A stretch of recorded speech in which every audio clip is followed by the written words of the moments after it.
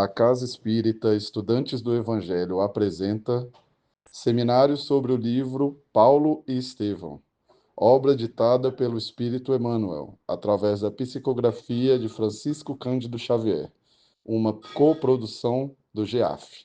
Mais uma vez, boa noite a todos. Com essa harmonização, essa preparação que fizemos, vamos iniciar a nossa prece de abertura,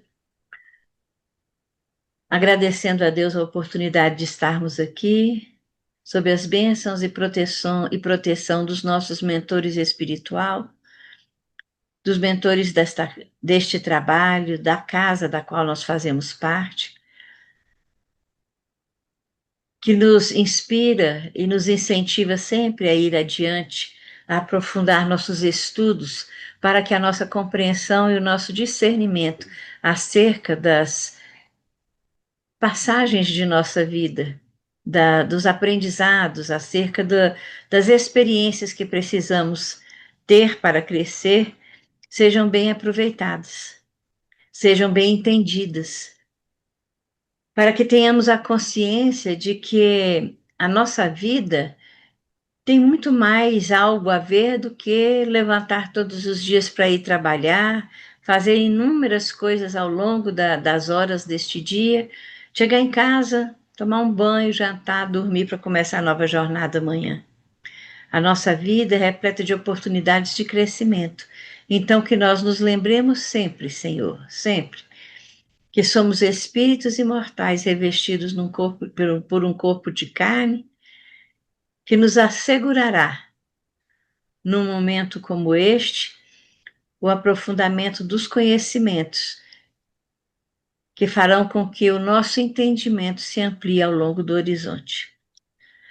Sob a vossa proteção, sob o vosso amparo e a inspiração da espiritualidade maior, nós iniciamos o nosso encontro desta noite, dizendo graças a Deus e Jesus. Muito bem, hoje a nossa facilitadora é a Cristina, está com um trabalho lindo para nos apresentar. Cristina, abre aí sua câmera, querida.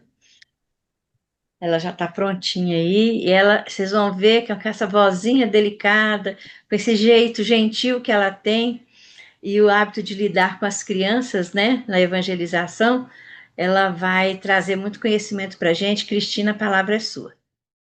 Então vamos lá.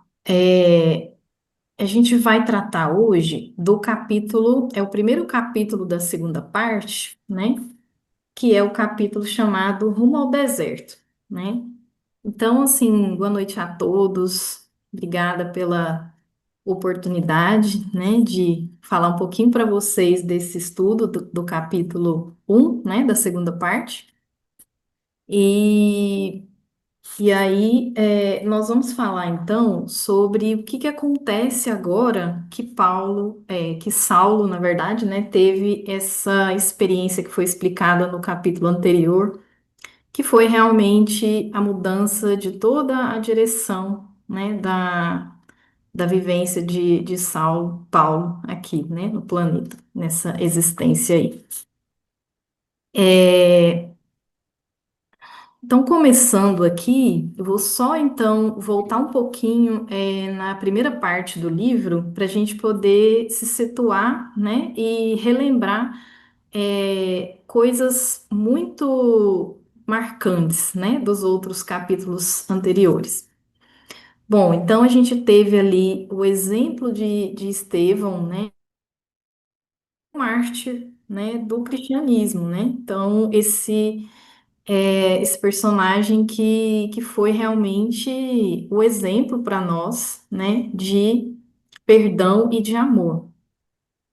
Então, lá no capítulo 8 a gente teve uma passagem que é justamente a culminância, né, desse exemplo dele, quando ele se despede, né, de Abigail, naquele momento de sacrifício, de martírio, né, onde ele está se despedindo também do seu invólucro carnal, né, mas que ele ainda consegue reunir forças, né, e conversar um pouquinho com Abigail e se despedir dela, já plantando a sementinha também do mestre, que ele passa a seguir, que é Jesus, explicando para ela quando ela ainda começa a ficar muito, né, perdida com relação a aquele acontecimento ali, né, de ele ser ali apedrejado ali naquele final tão trágico, né?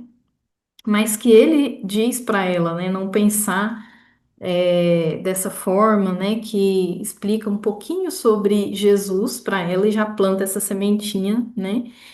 E eu separei um pedacinho aqui do capítulo que está lá na página 173 do livro, que é muito, muito ali daquele momento crucial ali de despedida e que é muito emocionante, né? Que é quando ele fica preocupado ainda, né? Já naquele momento ali de desligamento, mas ele fica muito preocupado em deixá-la sozinha, né?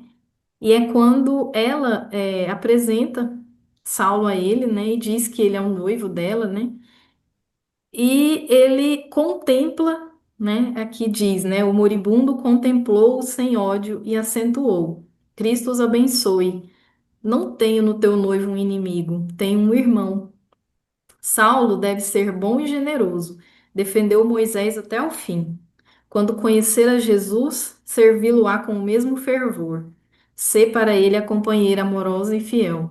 Então, Estevão já estava antevendo ali, né? E com todas aquelas experiências que ele teve junto né, ao Saulo, né? Vendo aquela força, né? Também da sua defesa, né? Em relação à religião judaica, né? E às leis de Moisés. Ele já, então, entrevê essa mesma força, né? Só que É, já com a doutrina de Jesus, né? Então, é nesse momento o sentimento do perdão, né, e do amor. Um outro ponto também bastante impressionante para nós é que quando Saulo, né, ele, depois de ter terminado com a noiva, de ter tido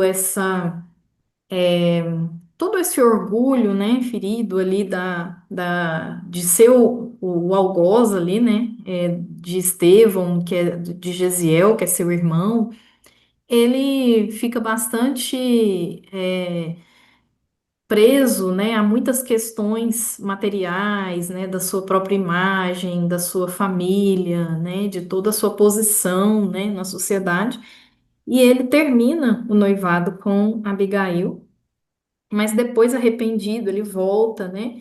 Só que ele volta num momento em que Abigail já está bastante abatida, já está bastante doente e já ali também nos últimos, né, momentos na Terra, né?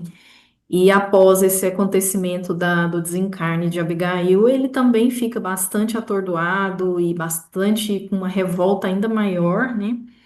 E continua, então, no trabalho de perseguição aos cristãos, né? E é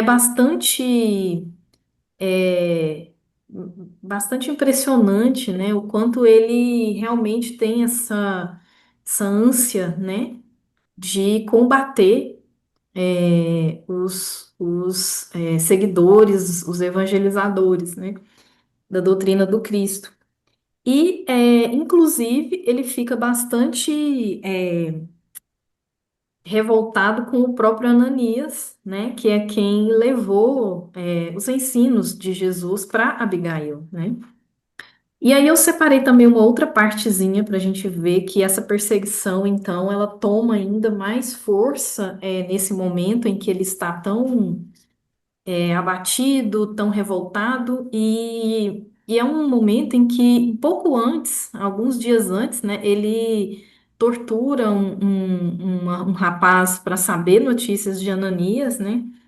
E, é, e aí tem uma parte aqui da página 208 do livro, que já é no capítulo 10, né, no Caminho de Damasco, que é quando ele reúne no Sinédrio os seus colegas, né, e faz um pedido para que ele possa continuar nesse trabalho de apreensão, né, em que ele tem essa autorização para continuar nesse trabalho ali de verificação das pessoas que estão pregando, né, o ensino de Jesus. Essa parte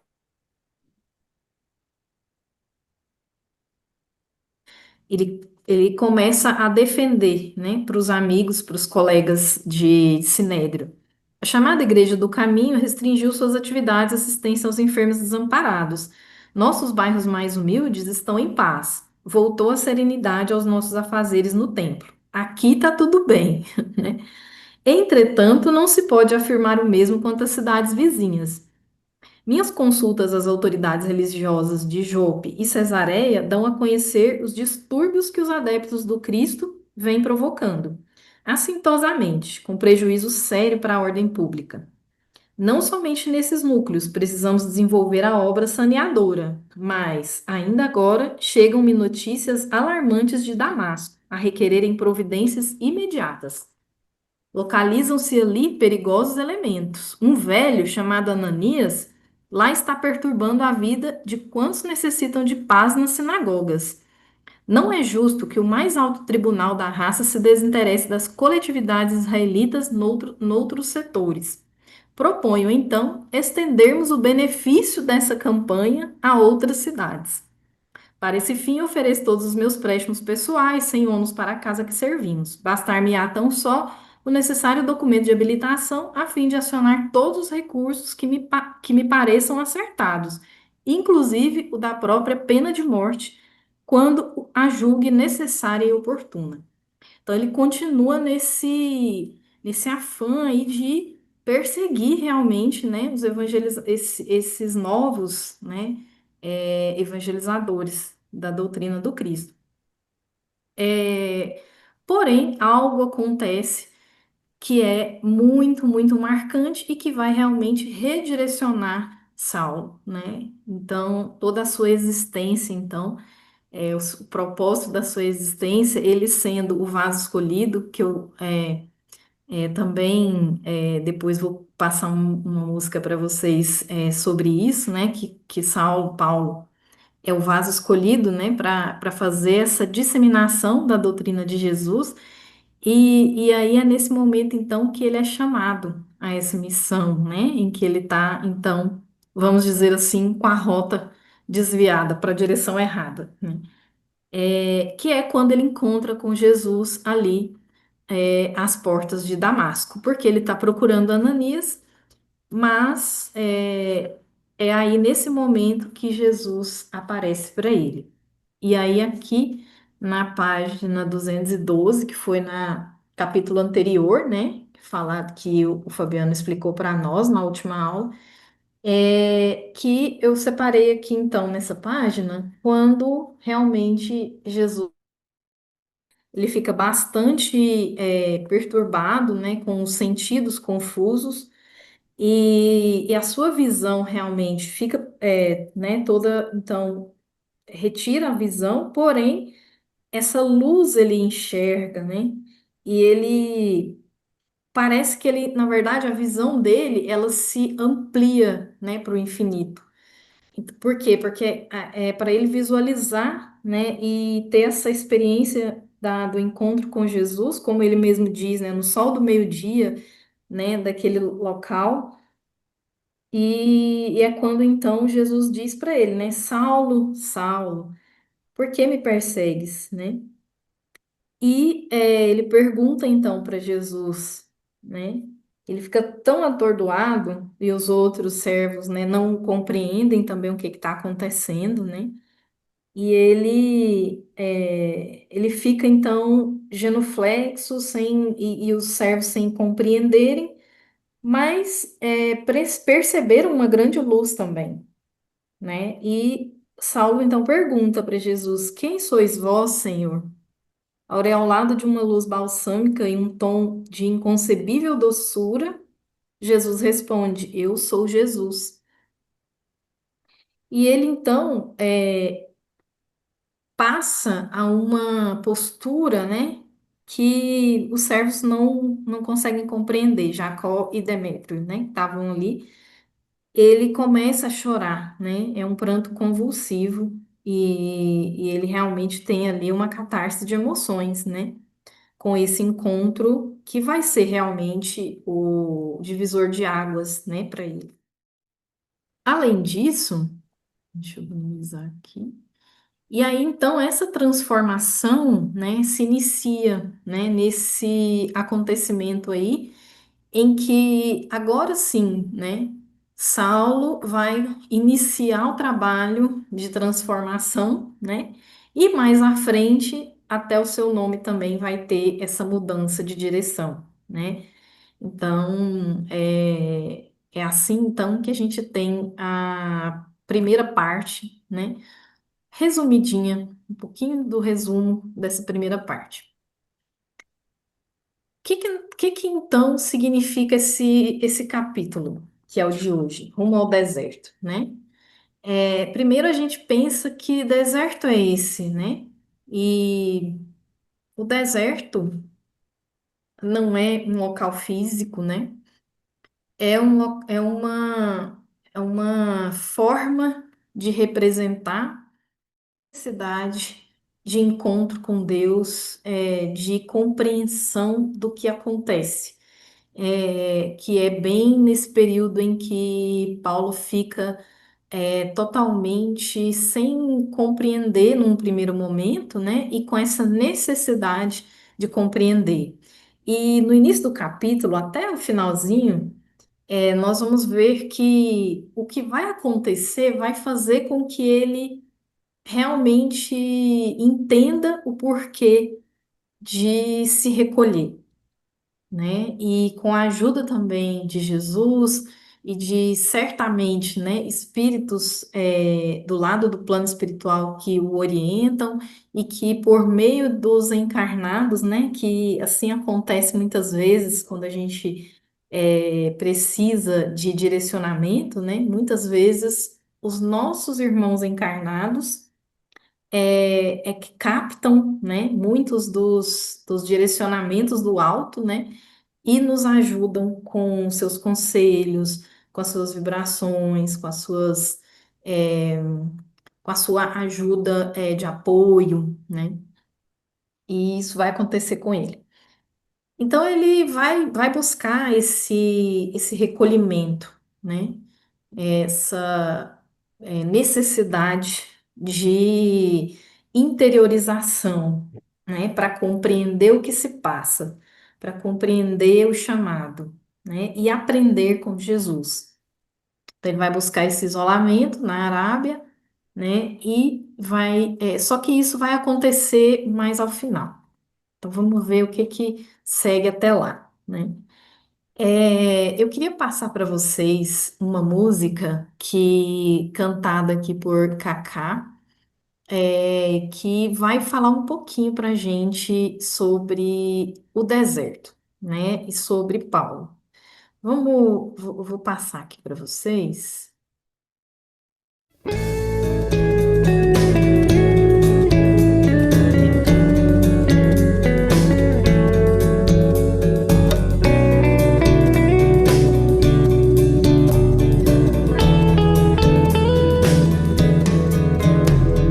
Por tantas vezes sinto meu mundo tenso, abrigo para o medo e a confusão. Procuro em vão achar tranquilidade, perdido no deserto de uma solidão.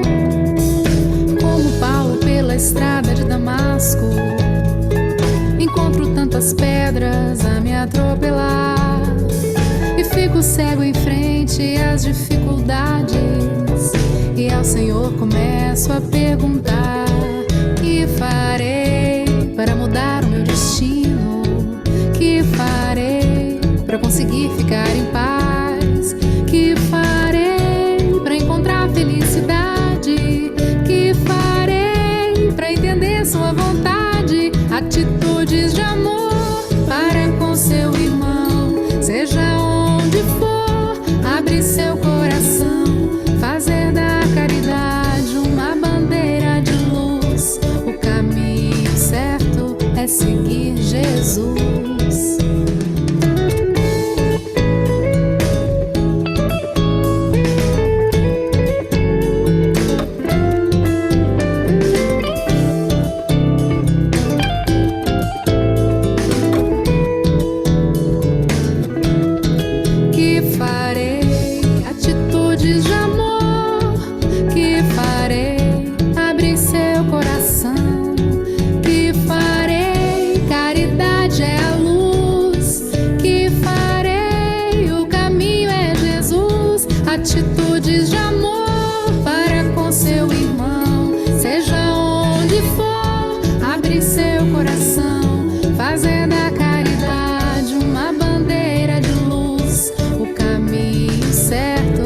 seguir Jesus. Atitudes de amor para com seu irmão, seja onde for, abre seu coração, fazer da caridade uma bandeira de luz. O caminho certo é seguir Jesus.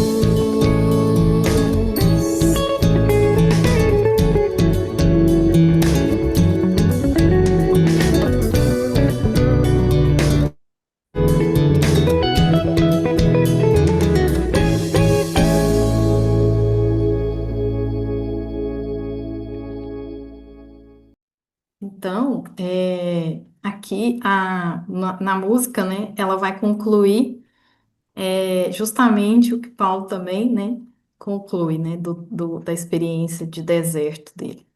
Mas depois a gente vai falar um pouco mais sobre deserto. Outras personagens bíblicas também buscaram o deserto, né, em diversos momentos da história.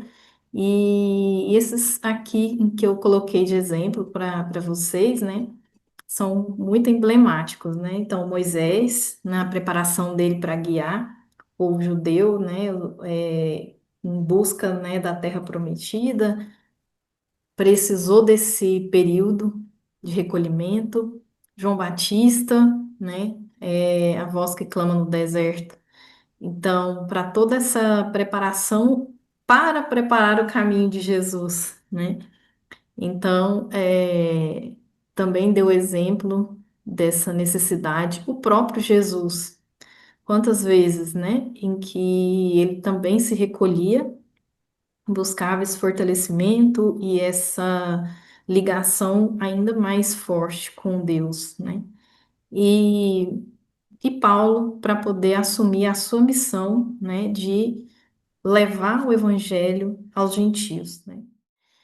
Bom, então o capítulo vai começar com Paulo, Saulo, né, totalmente perdido, né, literalmente perdido, sem a visão, agora, né, realmente sem a visão e à mercê, né, realmente do direcionamento que as outras pessoas é que vão direcioná-lo ali naquele instante, porque ele realmente está sem condições, né? Condições até físicas, né, para isso. Mas ele depois vai dizer que a necessidade dele ainda é mais de fortalecimento espiritual e moral, né? Apesar da dificuldade física. Então ele fica ali junto com Demétrio e Jacó e naquele instante, Jacó pergunta para ele onde que eles vão, né? A partir desse instante agora, né? Depois dessa experiência. E ele reflete, né? E diz: Olha, é verdade que eu trago comigo algum dinheiro. Entretanto, eu estou numa situação muito difícil. Apesar, né, da falta da visão, ele está muito mais atordoado, né? Moralmente, espiritualmente, depois desse encontro e depois dessa experiência. Tenho necessidade que alguém me ajude a compreender o que se passou, né? Realmente, ele tem a experiência do encontro com Jesus. O que foi isso? O que aconteceu, né? Então ele pergunta para Jacó: Você sabe onde que reside Sadoc? E eles vão então para a casa de Sadoc. Lá chegando, Saulo fica inseguro de já, né, aparecer para Sadoc diretamente. Então ele pede para que Jacó faça essa introdução, né, e avise que ele está ali, até porque ele está com amigos lá, Sadoc está com amigos que vieram dessa cidade, recém-chegados de sítio, para fazerem preleções lá na sinagoga. Então ele pede para Jacó seguir à frente, né, e anunciar que ele está ali. Porém, quando ele explica a situação para Sadoc, ele fica bastante incrédulo, né? E pensa, Saulo a chorar, né? Então, ele naquela situação, né? O que ele em vez de buscar o amigo, né, que outrora, né, era amigo, ele, na verdade, fica realmente um pouco incomodado, né, com a visita de Saulo. E aí ele fica surpreso, né, e não acredita naquilo e diz, né, o que me conta é quase inverossímil. Entretanto, em tais circunstâncias, torna-se impossível acolhê-los aqui. Desde anteontem eu tenho a casa cheia de amigos importantes, recém-chegados de sítio, para uma boa reunião na sinagoga sábado próximo. Cá por mim, suponho que Saulo se perturbou, inesperadamente, e não quero expô-lo a juízos e comentários menos dignos. Então, o Jacó fica preocupado, né? E diz: Mas, Senhor, que lhe direi? Né? Aí ele fala: Diga que não estou em casa. E aí, a partir daí, ele fala: Ó, você leva ele para uma estalagem que tem, a estalagem de Judas, que tem a alguns passos daqui, né? E mais tarde eu vou lá para ver como que ele tá, né? E aí, assim, ele volta para falar com Saulo. Só que Saulo ouviu a voz dele, né? Então ele fala, não está?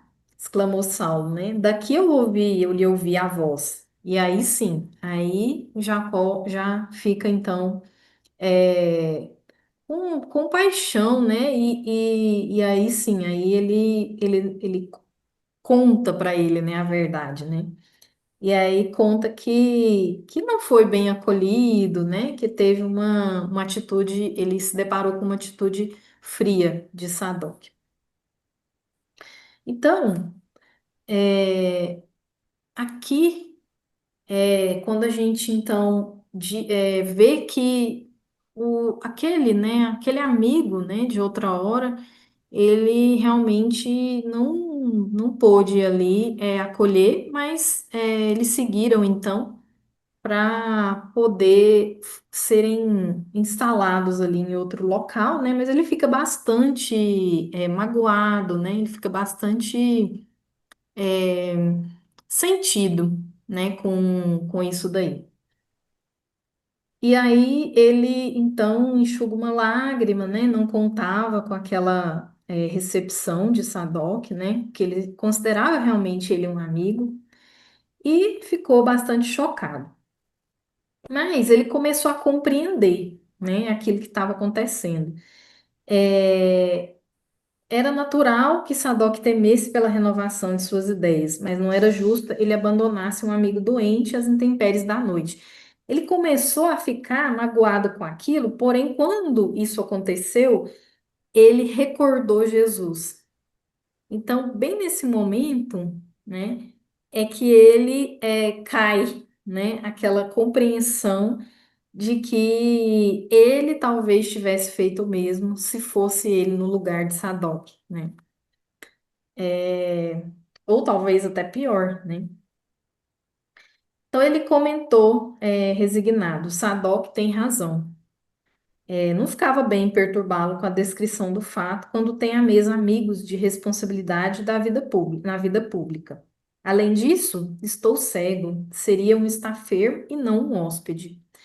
Então ele faz essa ponderação e aí sim ele começa a compreender também tudo que inicia, né, dessa incompreensão, mas que ele vai ainda sofrer bastante, né, que é essa é, falta realmente de entendimento, né, da posição que ele agora vai tomar, né, e que ele não vai encontrar quando se deparava com esses amigos, né, de Jesus, também não compreendia. Então, assim, Saulo representava o chefe supremo da campanha demolidora, mas de hora em diante consagraria sua vida a Jesus, né? E realmente ele pensou, né? a minha atitude vai provocar muitos protestos, muitas incompreensões no ambiente farisaico, né? Nas sinagogas de lá e todos esses religiosos, né, do judaísmo. Então, o que que se segue? Ele continua então nessa estalagem, né? Jacó retorna, né, por ter a sua família, né, e esperando por ele, e ele então compreende isso e dispensa, né, o servo e continua ali, né? Continua ali naquela estalagem. Ele fica, né? Ele fica com pena de deixar ali Saulo sozinho, mas o próprio Saulo diz para ele, né, que ele fala que Jesus não vai deixar ele ignorando o que ele deve fazer, que com certeza ele vai encontrar a resposta, né, para aquela situação ali. Então Jacó aí ele vai, né, vai embora e deixa ele lá. E depois, né, de passar então esse tempo pensando, né, foram 3 dias, né, naquele quarto e realmente refletindo sobre tudo o que aconteceu. E ele fica necessitado então de ter essa orientação, né? E é quando ele tem uma visita, né? Chega alguém para visitá-lo. E esse período, né, em que ele fica ali também é um período importante, né? É um período que são 3 dias em que ele pode pensar, né? Mas ele estava ali pensando, né, naquela trégua que ele teve, né? Naqueles dias ali, depois do encontro com Jesus, depois de ter tido essa incompreensão de Sadoc. E ele fica então pensando e ele reflete, né? A atitude de Sadoc era típica e valeria por todos os outros correligionários, né? Ele então realmente vê que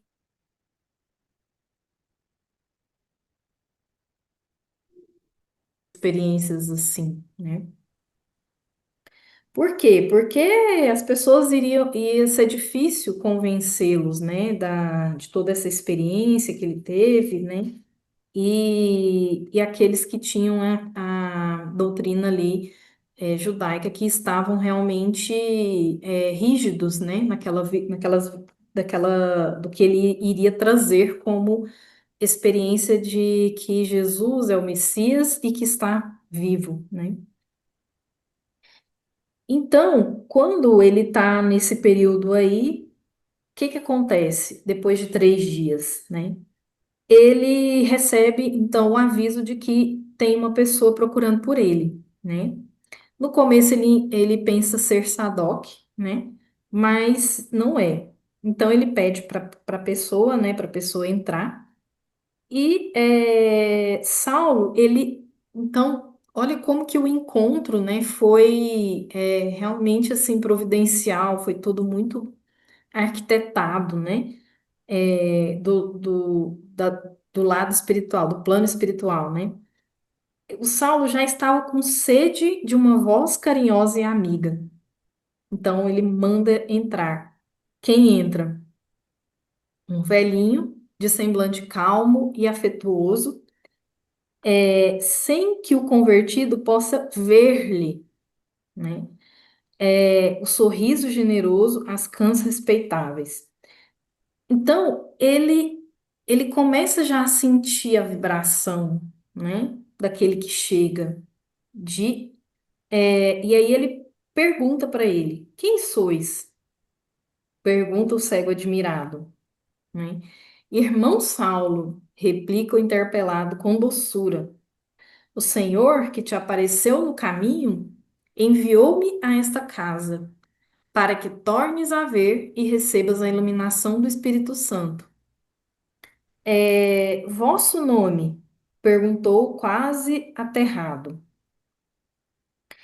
Então ele já ficou em alerta, porque quem seria aquele homem que conhecia o que ele tinha passado, que já sabia a experiência que ele teve, né, com Jesus, do encontro com Jesus? E aí, quando ele pergunta, vosso nome? Ananias. Então, assim, essa foi uma resposta de revelação. Porque quem era Ananias? Era a ovelha que o lobo estava à procura, né? Então ele mesmo pensa assim, né? Que olha como que a coisa se inverteu, né? A situação se inverteu. A presença de Ananias trouxe para ele uma emoção muito grande e uma memória, né? Então, revoca-lhe a memória os apelos mais sagrados. Fora ele o iniciador de Abigail. Então, ele lembra, né, de toda a experiência que Abigail, então, no encontro com ele, né, sobre os conhecimentos que ela tinha recebido de Ananias, o carinho. Então, ele fica realmente muito reflexivo, né? E ele, então, sente muita emoção, né? Quem está ali para curar ele, né? Então ele fala para ele: quisera beijar vossa túnica. Falou com humildade e reconhecimento. Mas como vedes, estou cego. Olha a mudança, né? Aquele rapaz, né, orgulhoso, já tinha tido toda uma transformação no seu coração. E aí Ananias diz para ele: Jesus mandou-me justamente para que tivesses de novo o dom da vista. Ele estava muito comovido, Ananias, né? Muito comovido também. Por quê? Porque ele percebeu a transformação de Saulo, né? E aí ele, ouvindo-lhe a palavra, aí Saulo deixava transparecer no semblante sinais de profunda alegria interior. Dos olhos ensombrados manaram lágrimas cristalinas. O moço apaixonado e caprichoso aprendera a ser humano e humilde. Jesus é o Messias eterno. Depus minha alma em suas mãos, disse, entre compungido e esperançoso. Penitencio-me do meu caminho. Então, esse encontro é muito emocionante, né? E agora, seguindo um pouquinho aqui à frente, né? Que é quando ele fala, né? Ele realmente impõe as mãos, né? E faz aquele gesto amoroso que vai trazer a visão de Saulo, né? De volta. Então ele diz, né? Irmão Saulo. Antes disso, ele fala assim para ele: Irmão Saulo, em nome de Deus Todo-Poderoso, eu te batizo para a nova fé em Cristo Jesus. E aí, assim, naquele momento de muita emoção, ele vai então passar para a parte em que ele vai curá-lo, né? Então, aqui, ó, ele diz, né? Agora, disse Ananias, impondo-lhe as mãos nos olhos, na nome do Salvador, peço a Deus para que vejas novamente. E aí, Saulo diz, né? Se é do agrado de Jesus que isso aconteça, advertiu Saulo compungido: ofereço meus olhos aos seus santos serviços para todo sempre. E aí ele sente, né? Ele sente realmente acontecendo ali todo uma miscelânea de vibrações, de energias, né? Que fazem com que a visão retorne, né? Ele começou a sentir, ó, das pálpebras doridas caíam substâncias pesadas como escamas, né? Então, se ali a gente tivesse essa visão espiritual, né, que Emmanuel conta para nós aqui com essa riqueza de detalhes, né? Então, à proporção que a vista voltava, embebendo-se de luz. Então, era como se tivesse, então, caindo, né, essas escamas que estavam turvando a vista, né? E ele passa a visualizar novamente a luz. Através da janela aberta, viu o céu claro de Damasco, experimentando indefinível ventura naquele oceano de claridades deslumbrantes. A aragem da manhã, como o perfume do sol, vinha banhar-lhe a fronte, traduzindo para o seu coração uma bênção de Deus. E aí ele exclama, né? Vejo, agora vejo. Glória ao Redentor de minha alma, exclamava, estendendo os braços num transporte de gratidão e de amor. É, aí eles muito emocionados, né? Ele diz para Saulo, irmão Saulo, este é o nosso grande dia. Abracemo-nos na memória sacrossanta do Mestre que nos irmanou em seu grande amor. Então, olha como que o amor transformou essas duas almas, né, em almas ali, num reencontro, né, muito emocionante, né? Se não fosse, né, todo esse redirecionamento, né, Saulo estava bem certo, né, da sua tarefa de buscá-lo, né, de perseguir não só ele, né, como outros, né, que são evangelizadores, né, que são propagadores da doutrina cristã. Saulo sentia-se agora fortalecido e ágil. Então, num minuto, ele pareceu reaver todas as forças dele. E aí é realmente interessante porque ele passa a ter vontade, então, de seguir com todas as suas ali feliz, né? E com vontade de seguir o seu caminho, de levar essas experiências, né? Para todas as pessoas, né? Para realmente compartilhar isso. E aí, naquele instante, ele começa então a conversar mais ainda, né, com Ananias, a tentar compreender, né, mais ainda o Evangelho de Cristo.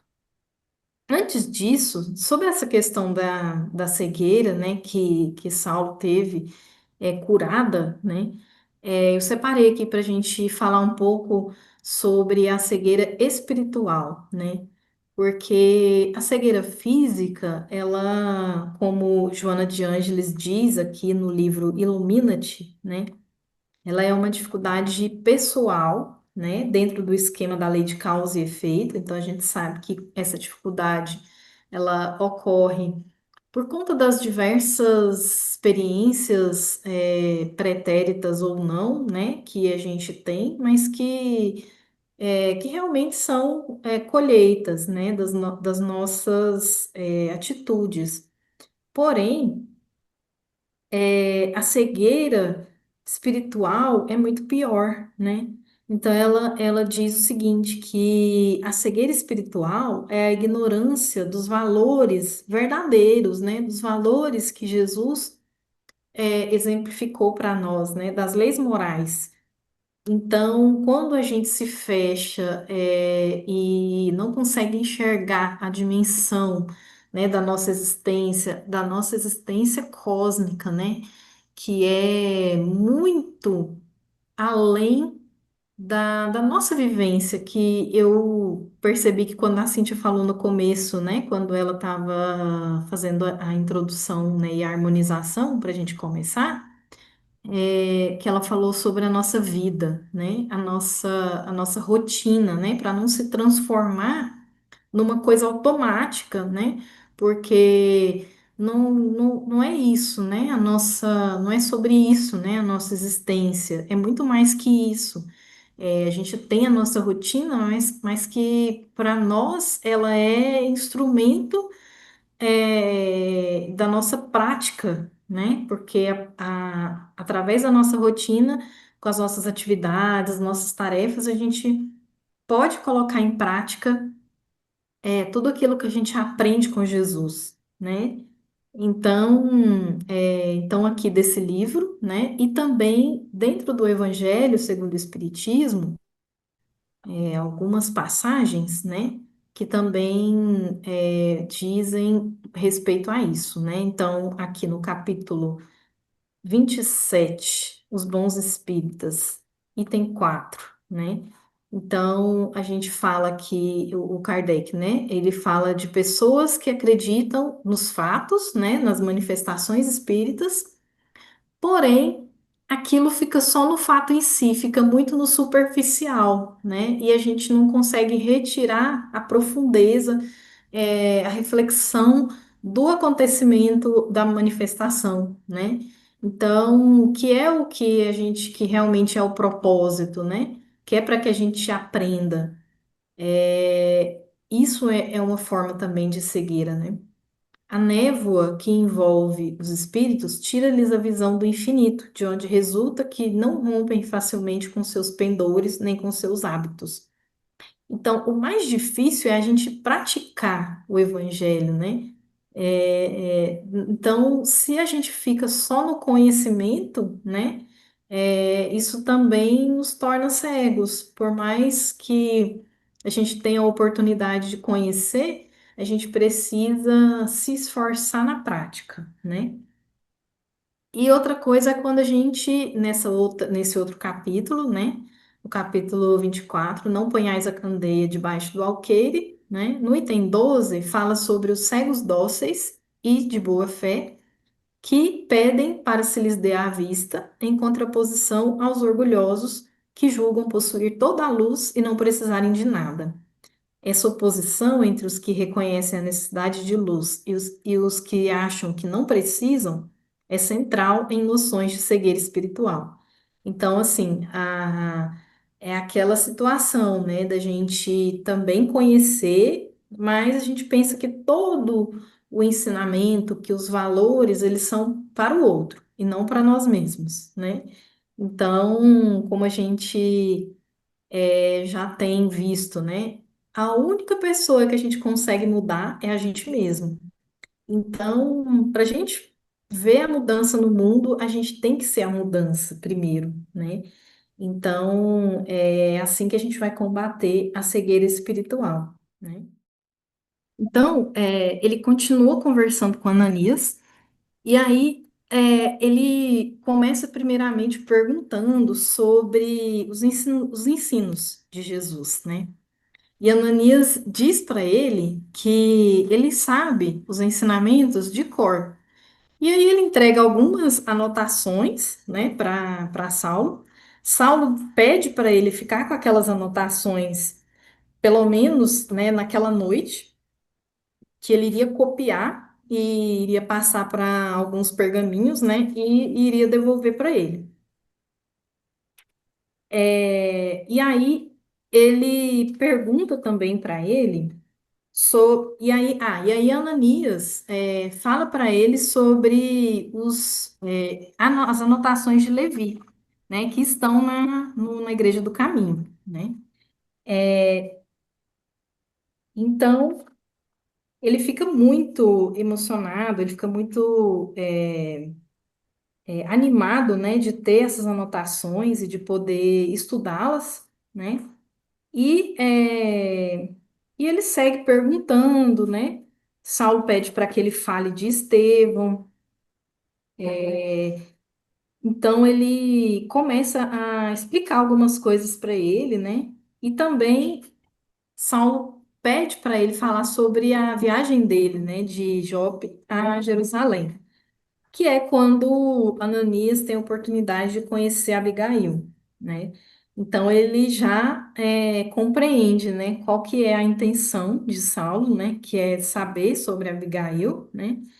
E ele então fala para ele, ó, você não precisa me confessar os teus anseios de moço. Leio em teus olhos o que principalmente desejas. Entre Jope e Jerusalém, descansei muito tempo na vizinhança de um compatrício que, apesar de fariseu, nunca privou os empregados de receberem as sagradas alegrias da Boa Nova. Esse homem, Zacarias, tinha sob o seu teto um verdadeiro anjo do céu. Era a jovem Abigail, que depois de receber o batismo de minhas mãos, confessou que te amava muito. Falava do teu amor com ternura ardente e muitas vezes me convidou a orar pela tua conversão a Jesus Cristo. Então, Saulo, né, ouvia aquelas notícias, aquelas informações de Ananias muito emocionado, né? E, é, e aí ele lamenta, né? Sim, se ela ainda vivesse. E Ananias, que Abigail, não ficaria muito tempo na terra. Suas cores esmaecidas, o brilho intenso dos olhos falavam-me da sua condição de anjo exilado. Mas devemos crer que ela viva no plano imortal. E quem sabe, talvez suas rogativas aos pés de Jesus hajam contribuído para que o Mestre te convocasse à luz do Evangelho às portas de Damasco. Então, Ananias ainda sugere, né, que Jesus pode ter vindo, né, até para atender a súplicas, né, que provavelmente Abigail fez, né, porque ela também se despediu dele, falando para ele sobre Jesus. Então Ananias também estava muito comovido e Saulo chorava, né? E compreendia sim que Abigail não poderia estar morta, né? A visão de Jesus redivivo trouxe essa certeza para ele, né? Da vida após a morte.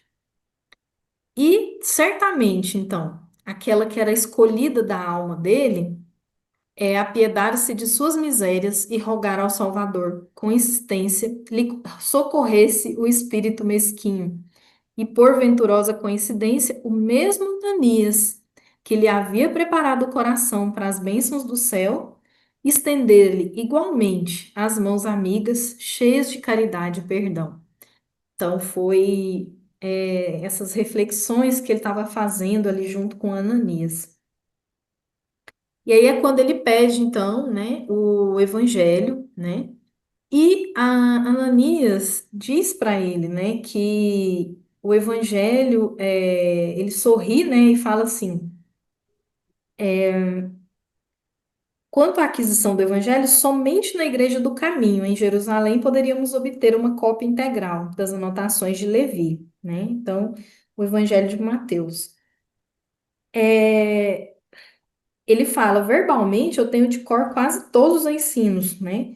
Mas no que se refere à parte escrita, aqui tens tudo o que possuo, que é quando então ele pega essas anotações, pede para ficar com elas, para ele poder copiar, né? E ele diz para ele o seguinte: até aqui eu ocupava o meu tempo no estudo e na exegese da lei de Moisés. Agora, porém, encherei as horas com o Espírito do Cristo. Trabalharei nesse mistério até o fim dos meus dias. Aquela, todo aquele ânimo, né, de Saulo, né, diz para ele, já começa, né, a querer esclarecer para ele, né, que ele precisa ter bastante prudência, né? Acho que deve ser muito prudente nessa nova fase religiosa. É possível que teus amigos da sinagoga não estejam preparados para receber a luz da verdade toda. A má fé tem sempre caminhos para tentar a confusão do que é puro. Então, o que ele estava dizendo para ele, né? As pessoas podem distorcer, né, o que você está dizendo, né? E confundir as coisas, né? E mesmo, né, a pureza que é Jesus, que é o teu evangelho, pode tornar, né, algo deturpado. Só que ele tá tão certo, né, de tudo que ele quer, né, compartilhar, de tudo que ele quer levar daquilo que ele vivenciou, né? E ele fala: por mim, nada posso temer. Se Jesus me restituiu a luz dos olhos, não deixará de iluminar meus caminhos. Então, realmente, ele se imbuiu, né, dessa, dessa energia que é Jesus, né? Ele fala, né, que ele vai agora trabalhar, né, nessa direção, né, na direção de Jesus, né? E aí por isso que eu separei essa música para vocês, porque ele realmente tenta, na conversa com Ananias, né, até convencê-lo, assim, né? Porque ele fala assim, amanhã é sábado e haverá preleção na sinagoga. Pretendo procurar os amigos e falar-lhes publicamente do apelo que o Cristo me endereçou. Quero estudar vossas anotações ainda hoje, porque me darão assunto para a primeira prédica do Evangelho. Aí Ananias novamente, né? Acho que deve ser prudente, né? Aí ele fala assim: mas se eu vi Jesus, eu não tenho o direito de ocultar uma revelação incontestável, né? Sim, não digo que fujas do testemunho, né? Mas devo encarecer a maior prudência nas atitudes, não pela doutrina do Cristo, superior e invulnerável a quaisquer ataques dos homens, mas por ti mesmo. Então ele fala para ele, ó, a verdade não vai mudar, né? Porque os outros querem, porque um quer, porque o outro quer. Mas eu tô temendo pela sua própria segurança, né? Seguir esse caminho, né? E se Jesus me iluminou a minha visão, ele vai iluminar meu caminho, né? Então, olha a fé também, né? Que ele agora já está, né, imbuído. E aí eu vou passar para vocês aqui a música, que é uma música também cantada pela Cacá e pelo Maurício Keller.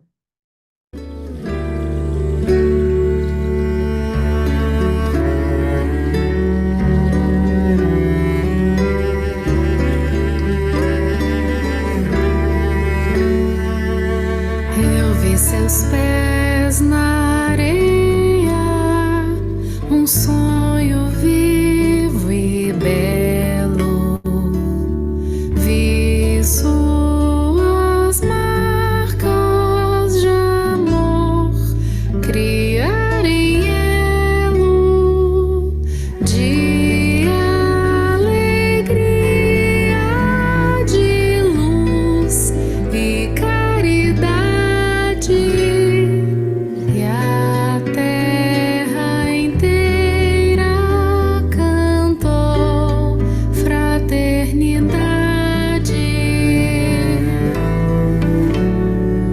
Passou ali na tela, na mente, os seus passos por toda a Galileia,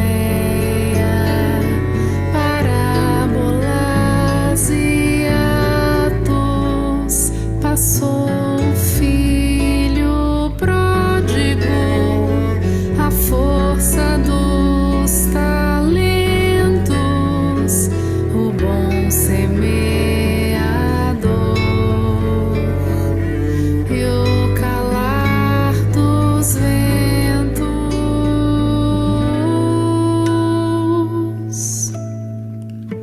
É Jesus,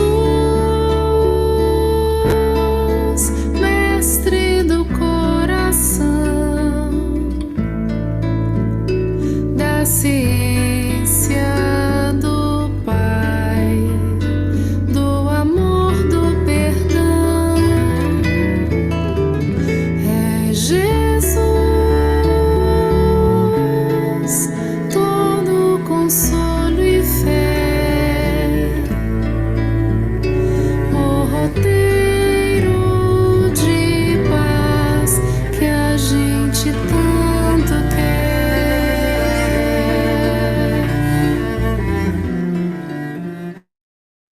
Mas é isso, assim, esse sentimento, né, de fé, né?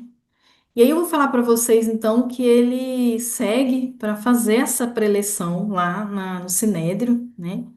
E ele fica, então, ele segue para lá e ele vai ver, então, como que vai ser essa recepção e como que eles vão recebê-lo, né? Primeiro, então, ele fica, todo mundo, né, fica bastante curioso, mas Sadoc já não tem, né, muito, já não gosta muito daquela visão, né, que ele já sabe como que ele tá, as ideias que ele já vai trazer, né. E aí ele fala para ele, ó, o Sadoc fala para ele, com efeito, parece incrível que te rendesses também tu passivamente aos sortilégios do caminho. Não posso compreender semelhante transmutação em tua robusta mentalidade. Aí ele fala, mas Sadoc, replicou o jovem Tarsense muito calmo, eu vi Jesus ressuscitado. Será possível, objetou com zombaria, que a tua índole sentimental, tão contrária às manifestações de misticismo, tenha capitulado nesse terreno? Então, ele não acreditou, né, em tudo aquilo que Saulo começou a contar. Aí o Saulo diz, né, repito que vi Jesus de Nazaré e devo proclamar que nele reconheço o Messias prometido pelos nossos profetas mais eminentes. Quanto ao mais, por quê? Como ele também perseguia, né? Ele foi questionado quanto a isso, né? Então ele disse: quanto ao mais, considero que a todo tempo devemos e podemos reparar os erros do passado. E é com esse ardor de fé que me proponho regenerar minhas próprias estradas. Então é aqui que ele diz que ele realmente ele vai receber o perdão, né? Ele tem essa confiança de que ele vai receber o perdão. E ele começa então a contar para as pessoas, né, essa experiência dele. Porém, o que que ele recebe em troco, né? Ele recebe bastante sarcasmo, todas as acusações de que ele não deveria estar bem, né, mentalmente, né? Então questionam tudo isso e ele então vê o que que ele realmente vai passar, né? Por ali ele já começa a ver. Toda essa parte aqui da conversão, eu trouxe alguns materiais, né, sobre essa conversão de Saulo. É, essa música, que não vai dar tempo de eu passar também, mas é uma música de Paulo, que é o vaso escolhido, né, de Jesus, para levar o evangelho para os gentios. É, Quando ele recebe, então, todo esse feedback, né, que é bastante negativo, né, em relação a tudo aquilo que ele está trazendo, né, ele fica muito ferido, né, ele fica bastante sentido e, e ele começa realmente a pensar, né, naquela conversa que ele teve com Ananias, né, em tudo aquilo e começa então a recordar, né, tudo que Ananias disse para ele, né, para ele ter prudência, mas que Jesus disse, né, que ele iria ter que sofrer por amor ao seu nome, né, que ele teria que passar agora por um período. E aí eu trouxe para vocês algumas questões aqui das bem-aventuranças. Por quê? Porque todas as vezes que a gente segue o caminho de Jesus, nós estamos ali suscetíveis a receber incompreensões, né? Incompreensões de todos os lados, de qualquer um daqueles que possam conviver conosco ou não, né? Mas as bem-aventuranças, né, elas prometem também, né, bastante para aqueles que estão, né, com essa certeza e que são perseguidos, né, pelo nome de Jesus, pelos seus ensinamentos, né? Exultai e alegrai-vos, porque é grande o vosso galardão nos céus, porque assim perseguiram os profetas que foram antes de vós, né? Então Jesus disse, né? E fez deu essa segurança, né? Então é isso, né? O que depois Saulo conclui, né? É que ele realmente vai receber o perdão, né? Eu trouxe aqui o perdão das ofensas, que é uma parte em que o próprio apóstolo Paulo, né, trouxe dentro do Evangelho, né, pela mediunidade, né, de todos os colaboradores, né, das obras básicas, né, da doutrina espírita. Então, dentro do Evangelho, a gente tem uma mensagem de Paulo, o apóstolo, né, e que ele fala sobre o perdão. Então, assim, é o perdão verdadeiro, realmente, né? O verdadeiro perdão se reconhece mais pelos atos do que pelas palavras, né? Então, ele finaliza a mensagem dele dizendo isso. Então ele está certo do perdão dele, né? E eu trouxe também a parábola do filho pródigo, porque é a nossa, é a parábola que Jesus contou e ele nem precisa nos perdoar, ele está sempre nos aguardando, né? Quando a gente tem o arrependimento sincero e a vontade de corrigir o que a gente fez de errado, Deus está de braços abertos, né? O nosso Pai está de braços abertos para nos receber, para fazer festa, porque realmente uma vitória, né? Do espírito que consegue ter essa percepção, né? E essa humildade de reconhecer o próprio erro e de buscar a corrigenda, né? E por fim, o deserto. Então, o que que é esse deserto, né? No final, ele tem uma conversa com Ananias, né? Que entende, né? E todo aquelas experiências, então, do Sinédrio em que ele estava tão ansioso para tratar de tudo, né, e passar para as pessoas, mas que ele não consegue, o que que ele recebe ali, né?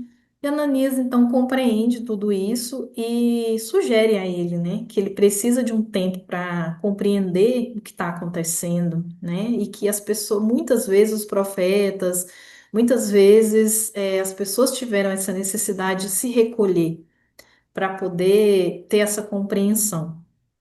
E aí ele realmente busca isso, sabe? Ele busca essa compreensão. E por fim aqui, para vocês, até um vídeo, né, que o Rossandro trouxe para nós sobre o deserto, também uma referência para vocês que é muito interessante, porque o Rossandro diz que tem momentos na nossa vida que a gente busca o deserto, né? E que precisa buscar realmente para poder compreender certas vivências, experiências e nos reorganizar, né? E que são experiências de solidão, de extrema solidão, né? Que é necessária, né? A experiência em que a gente vai se encontrar com Deus e Deus não vai com a gente até lá porque Ele já está lá esperando a gente, né? Então é muito interessante também o que o Rossandro traz, é um vídeo bem curtinho, bem interessante. Preciso passar por ele. Ninguém vai no deserto com você, nem Deus vai no deserto com você, porque Deus já está lá te esperando. O que você chama de deserto? As experiências de muita dor em que você desmonta tudo, em que nada do que você tem ajuda. Sua grana não ajuda, seus amigos influentes não ajudam, sua visibilidade não ajuda, o que são um sentimento de completamente desnudez da alma. E eu acho que é esse momento que seria o silêncio necessário do ensurdecedor amor de Deus. Você sabe que na experiência do deserto, seja coletiva do povo judeu, seja da nossa individual, é quando a gente olha, primeiro que a gente é muito humano, então tá passando por uma dificuldade, peraí, eu conheço a dona do hospital, tem um plano de saúde massa, a gente começa primeiro a buscar as alternativas bem materiais, humanas, e nenhuma delas se mostram suficientes. Aí quando você chega lá, né, Gilberto Gil, né, se eu quiser falar com Deus, tenho que estar a sós. Eu tenho que tratar o nó das gravatas, eu tenho que deixar os seguidores, as influências todas que eu tenho no mundo. E é por isso que na conclusão da música, Gilberto Gil diz assim, nessa estrada que vai levar a gente a nada, nada, nada, nada, nada do que a gente esperava encontrar. Por quê? Porque os sonhos de Deus são maiores que os nossos. O capítulo então se encerra com Saulo então buscando, né, esse recolhimento, né? E ele segue então para o deserto, onde ele vai passar um período, né? Então é isso, pessoal. E aí a gente encerra então esse capítulo e deixo aqui então já dizendo para vocês que o próximo capítulo, o tecelão, né, que vai ser feito pela Laura na próxima semana, ok? Muito obrigada. Então, meus queridos irmãos, vamos respirando profundamente e vamos buscando estar aqui e agora, para juntos agradecermos a oportunidade que tivemos nessa noite, esse banho de luz que recebemos e a certeza de que cada um de nós pode se tornar o melhor instrumento do Cristo. e vamos nos entregando com muito amor, nos apresentando como fiéis colaboradores do Mestre, envolvendo a nossa querida irmã, que trouxe esse estudo feito com tanto amor, com tanta profundidade, com tanta boa vontade e delicadeza. A elas nossos melhores agradecimentos, pedindo aos mensageiros do espaço que visitem os nossos lares, levando a paz, o aconchego, a serenidade. E juntos, uníssonos, vamos agradecendo aos nossos mentores individuais, os grandes responsáveis por aqui estarmos. Agradecer essa pleide de amigos espirituais que nos protegem e dizer da nossa gratidão, do nosso muito obrigado. E com muito respeito, nós vamos pedindo autorização para darmos por encerrado, sem antes pedir, que as equipes de Bezerra de Menezes e de Eurípides Barçanufo possam levar o lenitivo aonde houver dor e pranto, principalmente junto aos nossos irmãos que se encontram internados nas UTIs, nos hospitais, nos asilos, nas creches. Enfim, Senhor, leve a alegria dessas bênçãos salutares. E em nome de Deus, em nome de Jesus, a nossa gratidão, pedindo ao Mestre Jesus que nos abençoe, hoje, agora e sempre. Graças a Deus e a Jesus, que assim seja.